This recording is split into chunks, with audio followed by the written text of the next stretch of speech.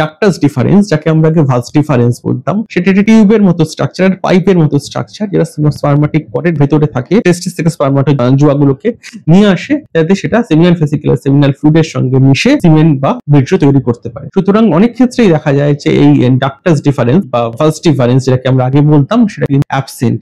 কোনো ক্ষেত্রে একদিকে নেই, কোনো ক্ষেত্রে দুদিকে নেই, কোনো ক্ষেত্রে তার অবস্ট্রাকশন হয়ে সেগুলো ফুলে আছে, সেগুলো সঠিকভাবে সেগুলো কার্যকরী হতে পারছে না। সুতরাং প্রস্টেট, সেমিনাল ভেসিকেল এবং ডাক্টাস ডিফারেন্স এবং ইজাকুলেটরি ডাক্ট, অর্থাৎ যে সেমিনাল ভেসিকেলের যে ডাক্ট এবং ডাক্টাস ডিফারেন্স মিলে ইজাকুলেটরি ডাক্ট তৈরি করে, যেটা প্রস্টেটের ইউরের সাথে ওপেন হয়। সুতরাং prostate, seminal vesicle, ductus difference এবং ইজাকুলেটরি ডাক্ট, এই স্ট্রাকচার গুলো কোনো সমস্যার জন্য মেল পার্টনারের সিমেনে কোনো সমস্যা হচ্ছে কিনা, তার সঠিকভাবে তার স্পার্ম কাউন্ট কেন সঠিক থাকছে না, যদি এই স্ট্রাকচার গুলো দেখি আমরা বুঝতে পারি যে এখানে অবস্ট্রাকশন হচ্ছে, এখানে সমস্যা হচ্ছে বলে এই দম্পতির বাচ্চা আসতে সমস্যা হচ্ছে। সেই অনুযায়ী আপনার যে ইনফার্টিলিটি ডাক্তারবাবু তিনি তার পরবর্তী সিদ্ধান্ত নেবেন।